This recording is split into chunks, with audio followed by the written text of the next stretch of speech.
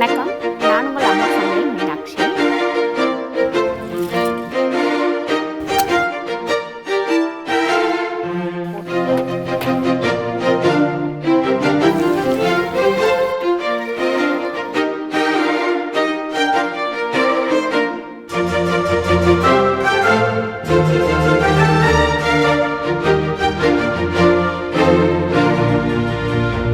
வணக்கம்.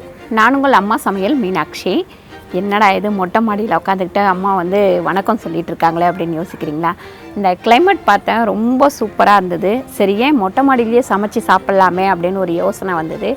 இன்றைக்கி உங்களுக்கு டிஃப்ரெண்ட்டான ஒரு தம் பிரியாணி பண்ணலாம் அப்படின்னு சொல்லிட்டு இருக்கிறேன். அதுவும் அடுப்பில் செஞ்சு காட்ட போகிறேன்.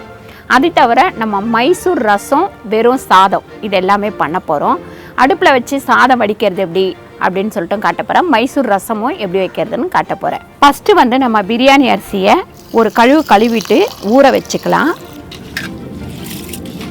இந்த முதல் தண்ணி மட்டும் கீழே ஊற்றிடலாம். 1 கிலோ அரிசி, 1 கிலோ சிக்கன் வாங்கியிருக்கேன். இப்போ அதுக்கு நம்ம வெங்காயம் 400 கிராம் கட் பண்ணிக்கலாம்.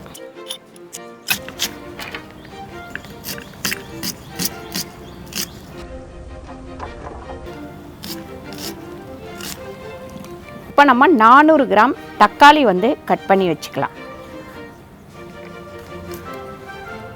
பாருங்கள், உள்ளே நல்லா கறி போட்டுட்டு அடுப்பு சீக்கிரம் பற்றணும் அப்படின்றதுக்காக கொஞ்சம் கொட்டாங்கச்சி உடச்சி போட்டு வச்சுருக்கேன். இப்போ அடுப்பை நம்ம பற்ற வச்சுக்கலாம்.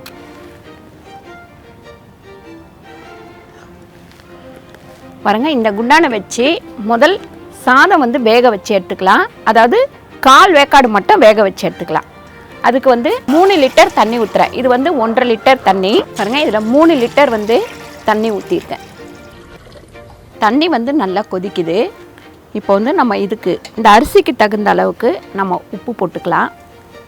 ஒரு 1.5 ஸ்பூன் கல் உப்பு போடுறேன். 1 ஸ்பூன் அளவுக்கு எண்ணெய். இதில் நம்ம இந்த அரிசியை கொட்டிடலாம்.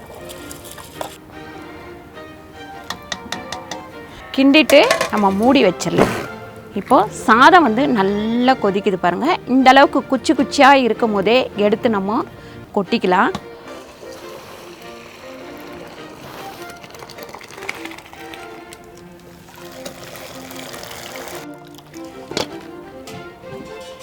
$200 கிராம் எண்ணெய் ஊற்றிக்கலாம்.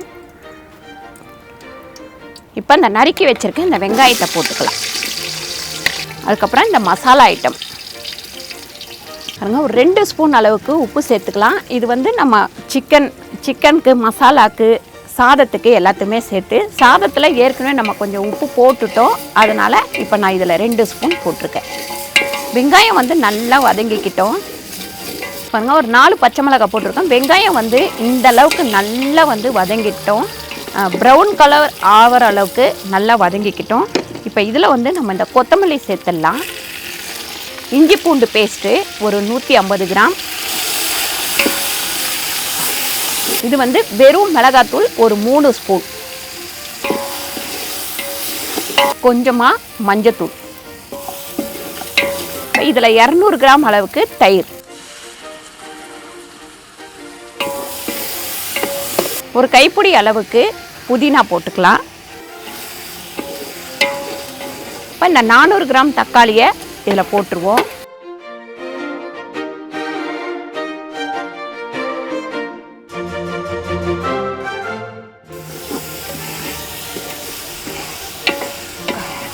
இந்த வெங்காயம் நம்ம பொன் வறுவலாக வறுத்துட்டோம்னாலே அந்த பிரியாணியோட வாசனை ரொம்ப சூப்பராக இருக்கும்.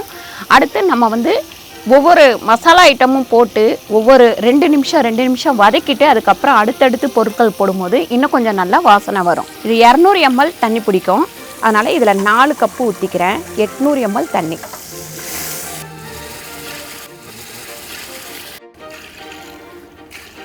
நான் 800 ml தண்ணி ஊற்றிருக்கேன். இப்போ இதை மூடி வச்சிடலாம். நல்லா கொதிக்கிட்ட ஒரு 5 நிமிஷம். பாருங்கள், நீங்கள் கிளாஸ் கணக்கு வச்சுக்கிட்டீங்க, ஏதாவது கிளாஸில் வச்சுக்கிட்டீங்க அப்படின்னா ஒரு 4 கிளாஸ் தண்ணி ஊற்றிக்கோங்க.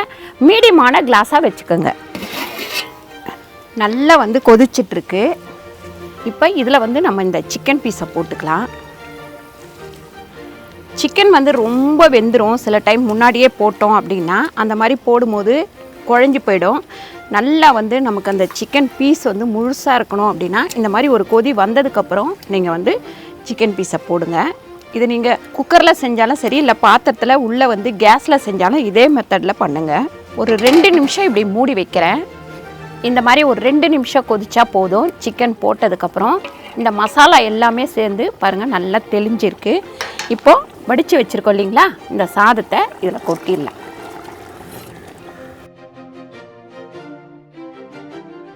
நம்ம வடித்து வச்சுருக்க இந்த பிரியாணி அரிசி வடித்தோம் இல்லைங்களா, அந்த தண்ணியை இப்படி மேலே ஒரு 2 ஜக் அளவுக்கு நம்ம ஊற்றிக்கலாம். இப்போ நமக்கு இந்த சாதமும் தண்ணியும் கரெக்டாக இருக்கும் பாருங்கள். மூடி வச்சுட்டு இந்த வடித்த தண்ணியை இது மேலே தூக்கி வெயிட் வச்சுருவோம். பாருங்கள் சுற்றி வந்து ஆவி வந்துட்டுருக்கு பாருங்கள். இப்படி வெளியில் ஆவி வரும்போது நம்ம வந்து இப்போ இறக்கிடலாம். நல்லா தண்ணி எல்லாமே இது வந்து கரெக்டாக ஆகிட்டுருக்கோம். இப்படி லைட்டாக இப்படி கிண்டி விட்டுக்கோங்க. பாருங்கள் நல்லா சேமியா மாதிரி நீட்டாக குச்சியாக சாதம் வந்து கரெக்டாக வந்திருக்கு. நம்ம கலர் எதுவுமே போடல, அந்த மசாலா கலரே வந்து கரெக்டாக இருக்குது. இப்போ மூடிட்டு இதை கீழே இறக்கி வச்சுருவோம். அது மேலே இந்த தண்ணியை வச்சுடுவோம். 10 நிமிஷம் இது அப்படியே இருக்கட்டும். மைசூர் ரசம் வைக்கிறதுக்கு தேங்காய் எண்ணெய் வந்து 1 ஸ்பூன் அளவுக்கு போட்டிருக்கேன். இதில் வந்து தனியா வந்து ஒரு 4 ஸ்பூன், மிளகு வந்து 1 ஸ்பூன், ஜீரகம் வந்து 1 ஸ்பூன், காஞ்ச மிளகா ஒரு 6-7 மிளகா. இதை வந்து வறுத்துக்கலாம் நல்லா. இப்போ இதை நல்லா வறுத்துட்டு ஒரு தட்டில் எடுத்து கொட்டிக்கலாம். நல்லா ஆறட்டும். இந்த சட்டியை வச்சு இப்போ இந்த புளி தண்ணியை வந்து 1 கோலி உருண்டை அளவுக்கு புளி கரைச்சி வச்சுருக்கேன். இதை இதில் ஊற்றிடுவோம். கொஞ்சம் இந்த புளி தண்ணியிலேயே 1 ஜக் அளவு தண்ணி ஊற்றிக்கலாம். 4 தக்காளி நறுக்கி வச்சுருக்கேன். இதையும் இதில் சேர்த்துருவோம். இது வந்து நல்லா கொதிக்கட்டும். இது கொதிக்கும் போதே இதில் ஒரு 3 காஞ்ச மிளகாய் இந்த மாதிரி கிள்ளி போட்டுருங்க. அதுக்கப்புறம் பெருங்காயம்,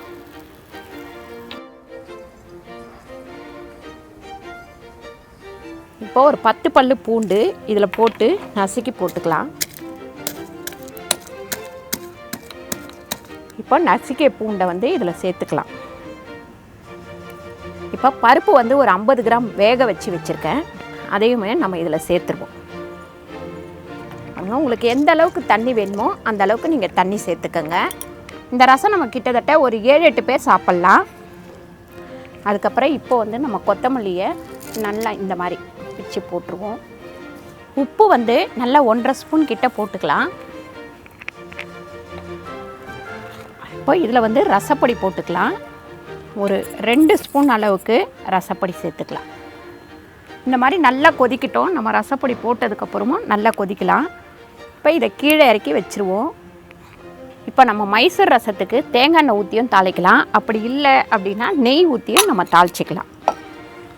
1/2 ஸ்பூன் அளவுக்கு உளுந்து, 1/2 ஸ்பூன் வெந்தயம், 1/2 ஸ்பூன் கடுகு, அதுக்கப்புறம் கருவேப்பிலை. இப்போ நமக்கு மைசூர் ரசம் ரெடி ஆயிடுச்சு. 3 அழகு சாதம் அடிக்க போகிறோம். இப்போ இதில் வந்து நம்ம தண்ணி வந்து 3/4 தண்ணி ஊற்றி வச்சுருக்கோம். இதை மூடி வச்சிடலாம். தண்ணி கொதிச்ச உடனே அரிசி போட்டுக்கலாம். தண்ணி வந்து கொதிச்சிட்ருக்கு. இப்போ இந்த அரிசியை போட்டுக்கலாம். நம்ம பானையில் சாதம் வடித்தா அவ்வளோ ஒரு டேஸ்ட்டாக இருக்கும். தண்ணி வந்து 3/4 பானை வச்சேன். 3 அழகு அரிசி. இப்போ கொஞ்சமாக உப்பு சேர்த்துக்கலாம். உங்களுக்கு உப்பு போடுற பழக்கம் இருந்தால் உப்பு போட்டுக்கோங்க. சிலருக்கு உப்பு போட மாட்டீங்க. போட வேண்டாம்னா போட வேணாம். இப்போ இந்த தட்டு வந்து இப்படி கமுத்து மூடி வைக்கலாம். பாருங்கள் சாதம் வந்து வெந்துருச்சு. இப்போ வடிச்சுக்கலாம்.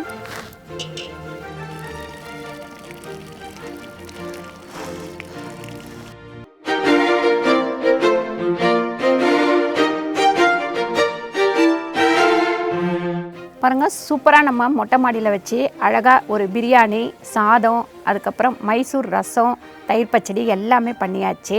இது வந்து ஒரு புது அனுபவம் தான். நமக்கு வந்து இப்படி வானம் மூடிட்டுருக்கோம் தான் மாடியில் வந்து சமைக்க முடியுது. நீங்களும் வந்து உங்களுக்கு மொட்டை மாடி இருந்தால் ட்ரை பண்ணி பாருங்கள். மொட்டை மாடி இல்லாதவங்க ட்ரை பண்ண வேண்டாம். இந்த வீடியோ உங்களுக்கு பிடிச்சிருந்தா லைக் பண்ணுங்கள், ஷேர் பண்ணுங்கள், சப்ஸ்கிரைப் பண்ணுங்கள், ஃபேஸ்புக்கில் ஷேர் பண்ணுங்கள், மறக்காமல் கமெண்ட் பண்ணுங்கள். நன்றி, வணக்கம்.